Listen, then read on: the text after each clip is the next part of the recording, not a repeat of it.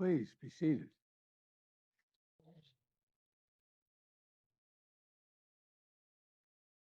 Well, Mr. President, it's good to see you again, my friend.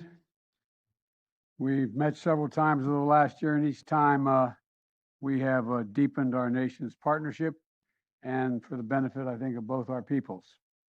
Today's no exception. Our nation's relationship has been a great success story. The alliance formed in war and has flourished in peace. Seemingly every day, we've launched new areas of cooperation on cyber, strategic technologies, space, democracy, and all the areas that matter most to our future. Because of its core, our alliance is about building a better future for all of our people. And there's no better example than our economic relationship and partnership, which is delivering incredible benefits to both our nations. Through the Indo-Pacific Economic Framework, we're advancing economic growth grounded in high standards for our workers, for the environment, and for communities throughout the region. We're standing together against economic influence being leveraged in coercive ways. And since I took office, Korean companies have invested more than $100 billion in the United States, driving innovation and spurring good new jobs for Americans and Korean workers. Our mutual defense treaty is ironclad, and that includes our commitment to extended deterrence, and that includes the nuclear threat and the nuclear deterrent. They're particularly important in the face of DPRK's increased threats and a blatant violation of U.S. sanctions. At the same time, we continue to seek serious and substantial diplomatic breakthroughs with the DPRK to bolster stability on the peninsula, reduce the threat of proliferation, and address our humanitarian and human rights concerns for the people of the DPRK. The Republic of Korea and the United States are working together, including through our trilateral cooperation with Japan, to ensure the future of the Indo-Pacific is free, is open, prosperous, and secure. I want to thank you again, Mr. President, for your political courage and personal commitment to diplomacy with Japan. I've worked on these issues for a long time, and I can tell you it makes an enormous difference when we all pull together. I also welcome and support your administration's new Indo-Pacific strategy. It's a strategy that affirms how aligned our two nations are and our visions of the region and how similar they are. Today, we discussed our work together on promoting peace and stability in the Taiwan Straits, ensuring freedom of navigation in the South China Sea and beyond. Excuse me. I also affirmed our shared commitment, we together shared our firm shared commitment to stand with the people of Ukraine against Russia's brutal assault on their freedom, their territorial integrity, and democracy. The Republic of Korea's strong support for Ukraine is important because Russia's flagrant violation of international law matters to nations everywhere in the world, not just in Europe. When it comes right down to it, it's about what you believe, what you stand for, what kind of future you want for your children and grandchildren. And right now, I believe the world's at an inflection point. The choices we make today, I believe, are going to determine the direction of our world and the future of our kids for decades to come. That's why this partnership is so important, Mr. President, because we share the same values, the same vision. And I greatly appreciate, Mr. President, that the Republic of Korea co-chaired the second Summit on Democracies last month, and they will host the third Summit for Democracies.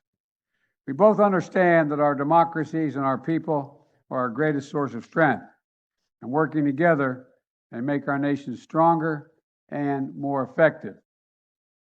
From tracking the climate crisis and strengthening our effort to fight it and strengthening global health, no two countries are better suited to meet the challenges ahead than the Republic of Korea and the United States.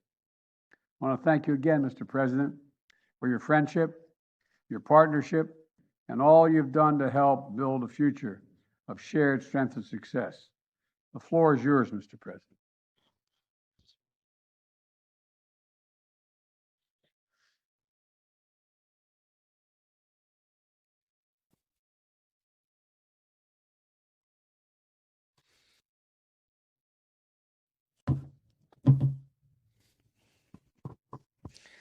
President Biden, thank you for your special and warm hospitality.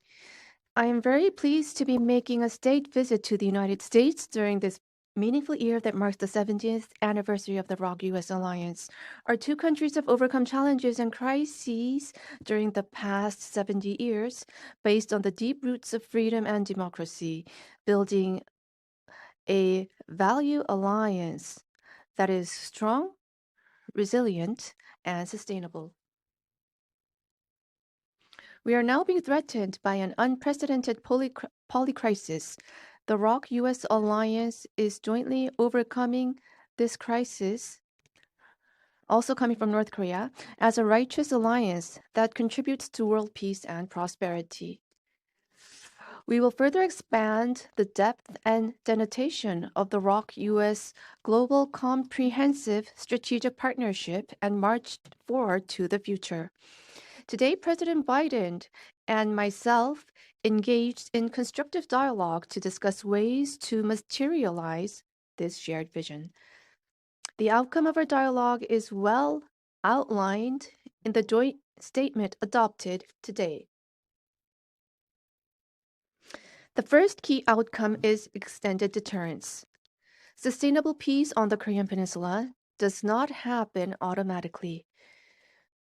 Our two leaders have decided to significantly strengthen extended deterrence of our two countries against North Korea's nuclear and missile threats so that we can achieve peace through the superiority of overwhelming forces and not a false peace based on the goodwill of the other side. Such a will and commitment is captured in the Washington Declaration. President Biden has reaffirmed his ironclad commitment to extended deterrence towards the Republic of Korea. Our two countries have agreed to immediate bilateral presidential consultations in the event of North Korea's nuclear attack and promised to respond swiftly, overwhelmingly, and decisively using the full force of the alliance, including the United States nuclear weapons. Our two countries have agreed to establish a nuclear consultative group to map out a specific plan to operate the new extended deterrence system. Now, our two countries will share information on nuclear and strategic weapon operations plans in response to North Korea's provocations and have regular consultations on ways to plan and execute joint operations that combine Korea's state-of-the-art conventional forces with the U.S.'s nuclear capabilities, the results of which will be reported to the leaders of our two countries on a regular basis. In addition, our two countries have agreed to further advance tabletop exercises against a potential nuclear crisis. In addition, deployment of the United States strategic assets to the Korean Peninsula will be made constantly and routinely. President Biden and I will continue to cooperate to strengthen extended deterrence between our two countries based on our historical and concrete agreement reached during our summit. Second, our two leaders have agreed to further strengthen the strategic partnership in economic security, which is directly related to the national economies of our two countries.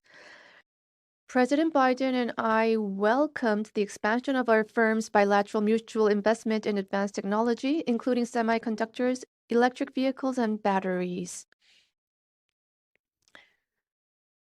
President Biden has said that no special support and considerations will be spared for Korean companies' investment and business activities in particular.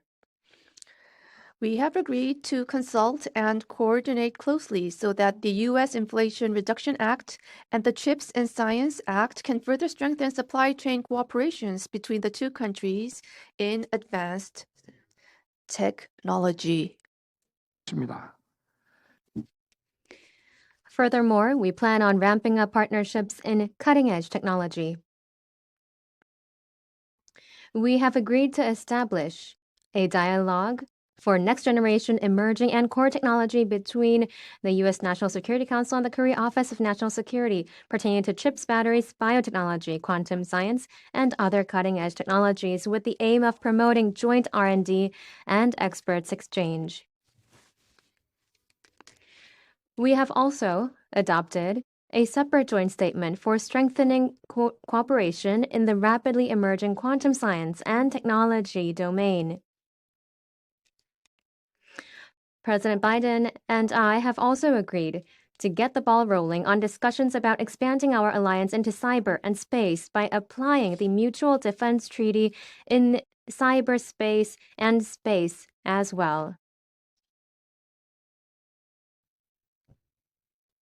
We have also agreed that the strategic cybersecurity cooperation framework adopted this time around will serve as the foundation on which we address cyber threats together and boost cooperation in information sharing, collection, and analysis.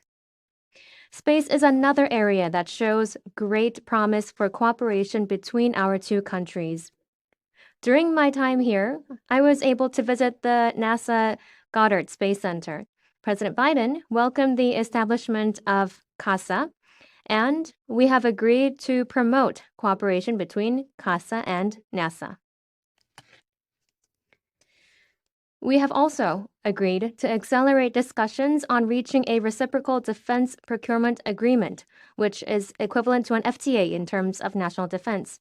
Meanwhile, President Biden and I have agreed to promote exchange between the future generations of our two countries. To this end, we have launched the U.S. ROK Special Exchange Initiative for Youths. In celebration of the 70th anniversary of the ROK-US Alliance this year, our two countries plan to invest a total of $60 million to support exchanges between 2,023 youths majoring in STEM, humanities, and social sciences. This also includes the largest Fulbright program to date, which will provide scholarships for 200 students. Last but not least, President Biden and I have agreed that South Korea and the United States, as key partners in achieving stability and building peace in the Indo-Pacific region, will put our heads together as we implement our Indo-Pacific strategies to strengthen our cooperation in addressing regional and global challenges. In particular, President Biden expressed strong support for efforts made by the Korean government to normalize Korea-Japan relations. And we have agreed to continue our efforts in strengthening Korea-US-Japan trilateral cooperation. Furthermore, we reaffirmed that the use of force to take the lives of innocent people, an example of which would be Russia's invasion of Ukraine, can in no circumstances whatsoever be justified. In that sense, we agreed to continue our cooperation and efforts alongside the international community to support Ukraine. During this meeting, we also discussed plans through which our two countries can take a leadership role in addressing global challenges such as climate change, international development, and energy and food security. I am delighted that through today's meeting, we've opened up a new chapter for the next 70 years of the ROK-US Alliance. I hope President Biden and I, with the support of people in our two countries, can fully deliver on the blueprint that we have mapped out today with the aim of our founded in the reaffirmation of the value of freedom and our universal values. Thank you. Yes.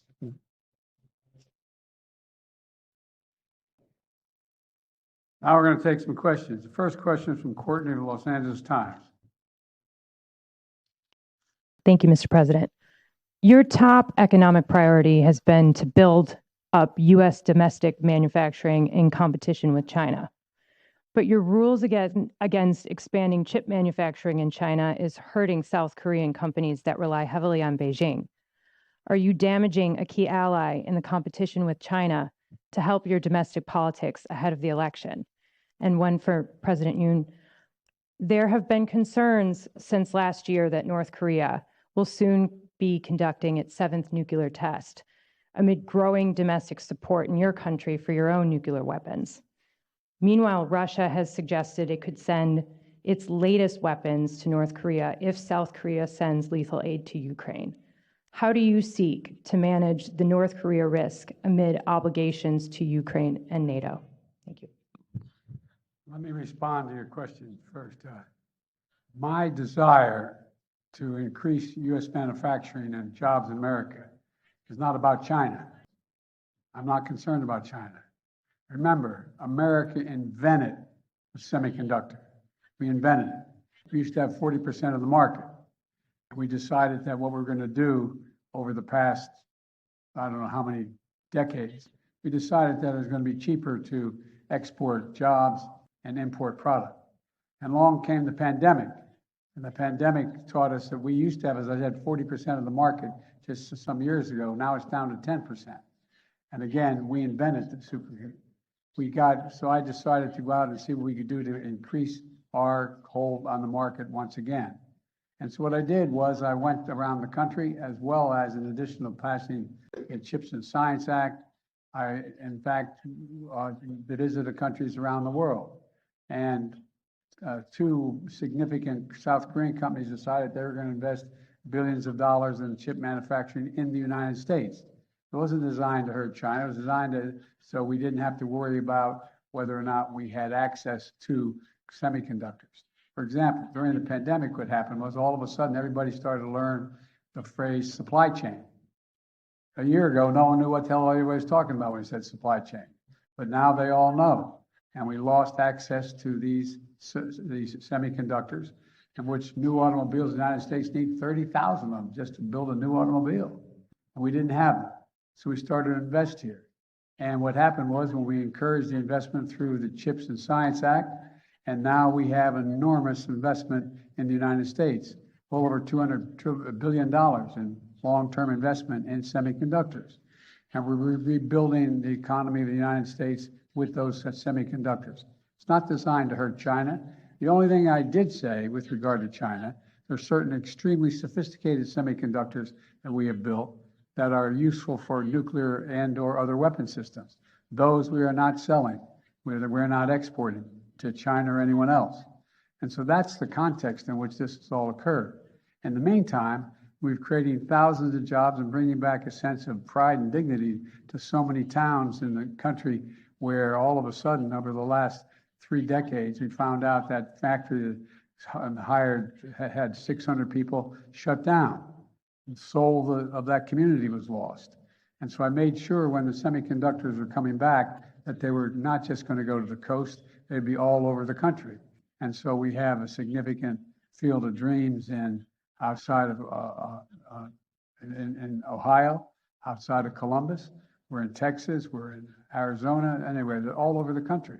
So it's not viewed to hurt anyone else. We are providing access to those semiconductors. We're a supply chain you can count on.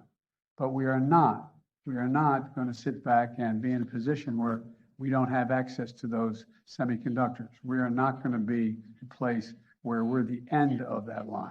We're the beginning of it. And it's generating significant economic growth in America and not hurting anybody. And by the way, it's creating jobs in South Korea.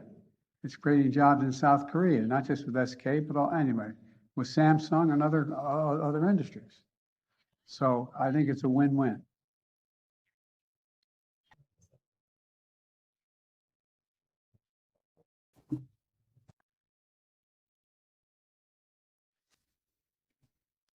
With regard to your question, let me provide my answer.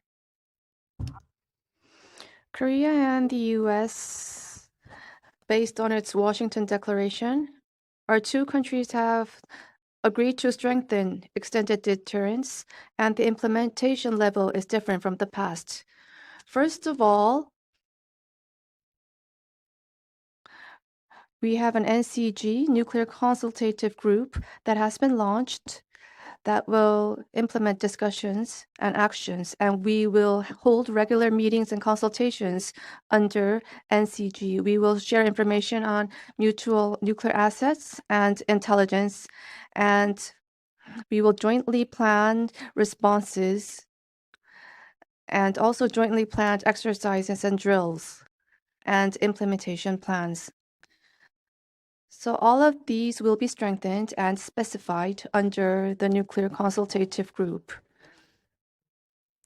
We want to customize our response against North Korea's nuclear threat based on extended deterrence. And in the process of achieving this goal, any concerns that Koreans may have against North Korean nuclear weapons will be relieved, I believe. If nuclear weapons are used, our two countries will strengthen our response in a swift manner.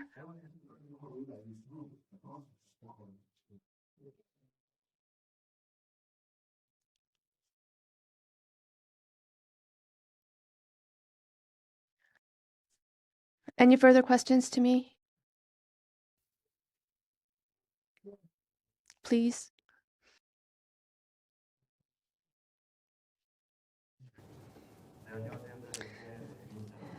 Reporter One from One NTN. I have two questions for you. With regard to extended deterrence, the NCG that has been formed, how will Korea function under NCG? Any kind of nuclear-equipped nuclear assets will be in function?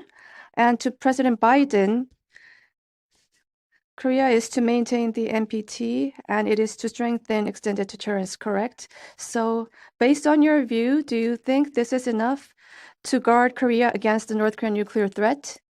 Thank you very much. 핵 협의 Well, let me address your question about the activities of the NCG. We are going to be sharing information and we're going to be acting jointly. That is the key. I can't talk to the specifics right now about what type of information and what type of specific activities we will be conducting.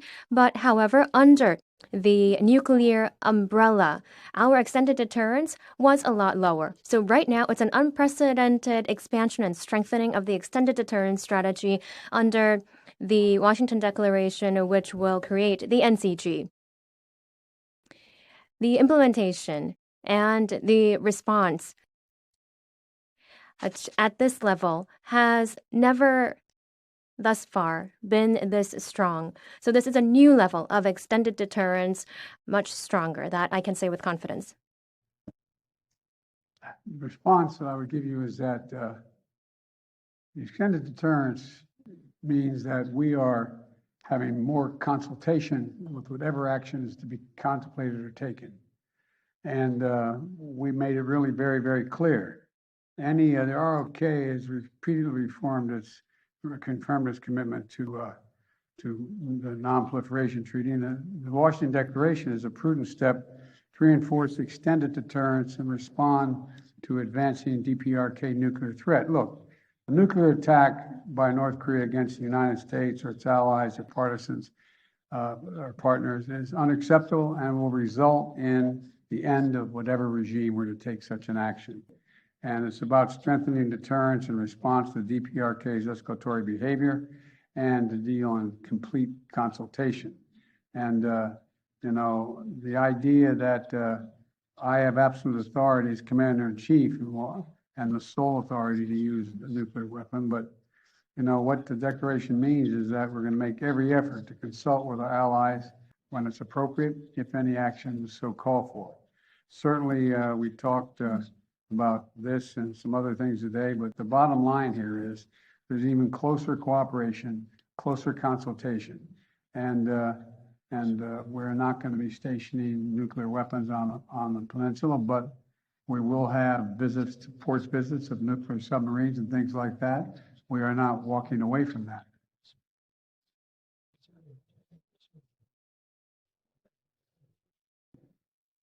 My turn to ask a question. I think the next question is Mary Bruce, ABC. Thank you, Mr. President. You recently launched your re-election campaign. You've said questions about your age are legitimate, and your response is always, just watch me. But the country is watching, and recent polling shows that 70% of Americans, including a majority of Democrats, believe you shouldn't run again.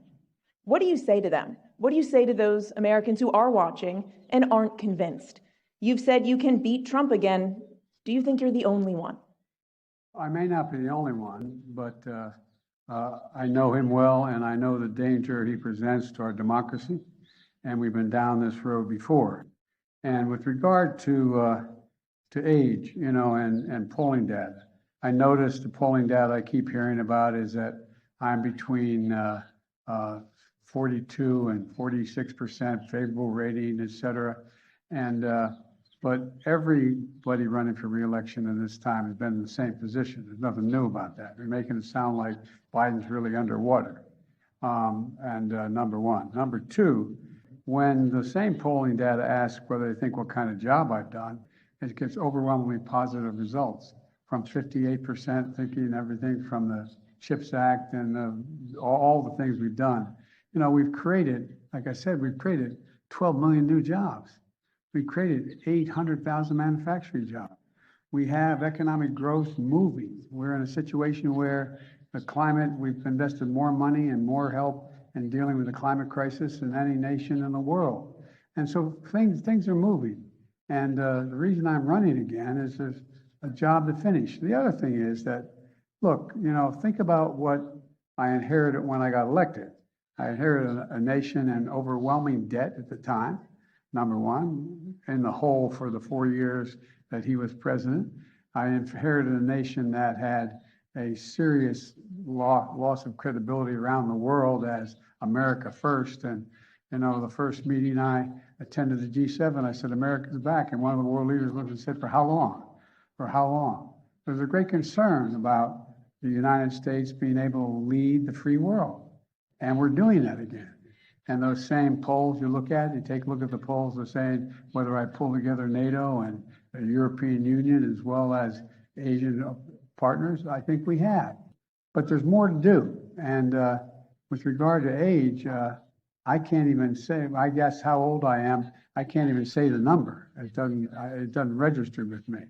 And but the only thing I can say is that one of the things that people are going to find out, they're going to see a race, and they're going to judge whether or not I have it or don't have it. I respect them taking a hard look at it. I take a hard look at it as well. I took a hard look at it before I decided to run. And I feel good. I feel excited about the prospects.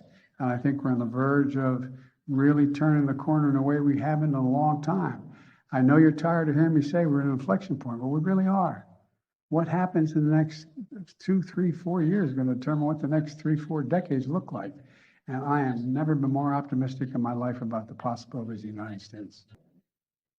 To be clear, though, you just said, I know him well. Did Donald Trump's decision to run affect yours? Would you be running if he wasn't? Yeah, I think I still would be running if he wasn't. I do know him well, and he's not hard to know, as you know. You know him well, too. The question is whether or not, look, there's more to finish the job. We have an opportunity to put ourselves in a position where we are economically and politically secure for a long time. Look, we continue to have, and now you don't like me hear me saying it, there's still a contest between autocracies and democracies. And we're the leading democracy in the world.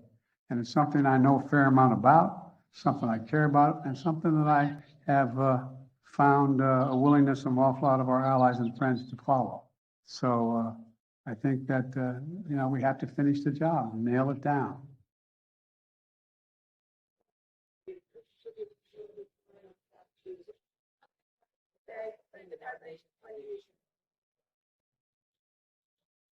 Cool.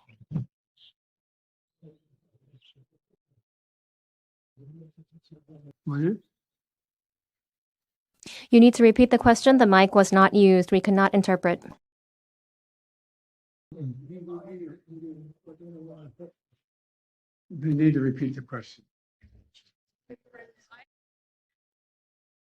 Please use the microphone. We cannot provide interpretation if you do not use the microphone. My apologies. Thank you. Did the recent leaks revealing that the U.S. was spying on South Korea come up at all in your discussions? And did President Biden provide you any assurances?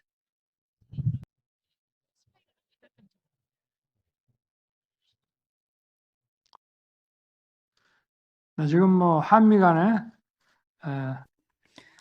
With regard to that, we are communicating between our two countries and we are sharing necessary information. I believe that investigation is underway in the United States. So various and complex variables are always in play. We need time to wait for the investigation results by the United States, and we plan to continue to communicate on the matter.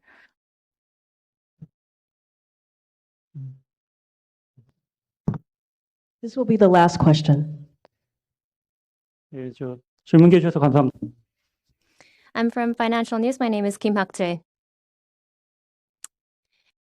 My question goes to both of you. My first one goes to President Yoon first. During this state visit, you've said that the alliance has strengthened to cutting-edge industries, to cutting-edge science, and also investments in businesses have been some of the outcomes. These are some positives. However, to each individual of the public, how will this have a long-term impact? What will be the direct benefits felt? And to President Biden. In celebration of the 70th anniversary of the ROK-US alliance, I know that the atmosphere is really positive. However, Korean businesses, especially because of the CHIPS Act and the IRA, are on edge. What message can you send to the Korean companies to really make sure and tell them that this is not something to worry about? The technology cooperation between the ROK and the U.S. and also in partnerships in cutting-edge industries and science and technology was your first question. So that is about really strengthening the competitiveness of our two countries. And it will enhance the productivity and create added value. High added value. These are the types of products that are going to be produced. And from the perspective of the public, for each individual, in that process, they will reap the benefits wide and comprehensive that will stem from these industries and investments in these industries, for example, from job creation as well. And above all, the future generations will be given the determination and will to take on new challenges and embrace opportunities in our industry so that they can continue to prosper and grow and become more abundant in the future. The reassurance is that it's overwhelmingly in our interest for Korea to do well. No, it is. It's very much in America's interest that Korea do well in the Pacific, because they are one of our most valued partners. And so I think the combination of growing democracies and the democratic institutions as well as their economies is overwhelming in the benefit of the United States, whether it is in South Korea or it's in Australia, in the deep South Pacific. And so I think that there's a reason, overwhelming reason. Plus, in addition to that, we're increasing the number of student exchanges, access to more information between our folks, educating our people, as well as we're going to be cooperating in everything from space to technology to medicine. And so there's so many opportunities we have. And I don't think at least we don't, and I don't think so far, most of the South Korean companies believe that there's somehow a U.S. effort to slow them down, prevent their growth, or anything like that. We'd like to see them grow. And I mean that sincerely. It's overwhelming in U.S. interest for South Korea to do very well economically. It's overwhelming in our interest because it has. And then lastly, I think we underestimate the example that South Korea sets. Here you have a nation that is significant, but is not a nation of 200,000, 300,000, 400,000 people making the kind of changes it's making. It gives other smaller nations hope to believe that if they have democratic institutions and commitment and impact on industries that in fact are the cutting edge industries, new sciences and technology, including AI and other things, that there's a future for them. And I think that's what this is about. And so we view South Korea's economic growth as a benefit to the United States as well as freedom around the world. Thank you all so very much. Appreciate it. Distinguished guests, please remain in your seats until the official delegations have departed.